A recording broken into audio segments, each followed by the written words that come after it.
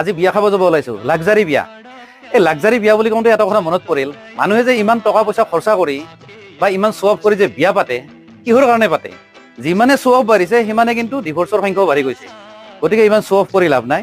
যিখিনি টকা আপোনালোকে খৰচা কৰিব খোজে বা কৰিছে, সেইখিনি নকৰি যদি ভিখাৰীক যদি বিলাই দিয়ে নহয়, আপোনালোকৰ পুণ্য হ'ব, আপোনালোকে অকণমান ভাল আশীৰ্বাদ পাব, ৰিয়েল আশীৰ্বাদ পাব। আৰু কিছুমান ব্লগাৰ আছে, ব্লগাৰবিলাকে গৈ কি কৰে বিয়াখনত, আমুক খৰচা কৰিছে, তামুক খৰচা কৰিছে, একদম খানা চানা চব দেখাই দিব, আমুক খুৱাইছে, তামুক খুৱাইছে। ইমান দেখাব লগা কি আছে? ইমান দেখালে মানুহে জ্বলে, কাৰণ চব মানুহৰে কেপাচিটি নাথাকে, চব মানুহৰে সক্ষম নাথাকে। সেইবোৰ নেদেখাই সেই মানুহজনে কেনেকৈ ছাকচেছ হ'ল বা তাৰ ছাকচেছ জাৰ্ণিটো একচুৱেলি দেখাব লাগে।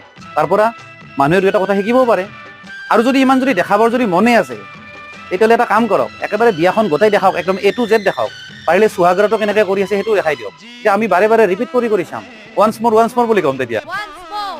আৰু লাগিব। ধন্যবাদ। জয় অসম।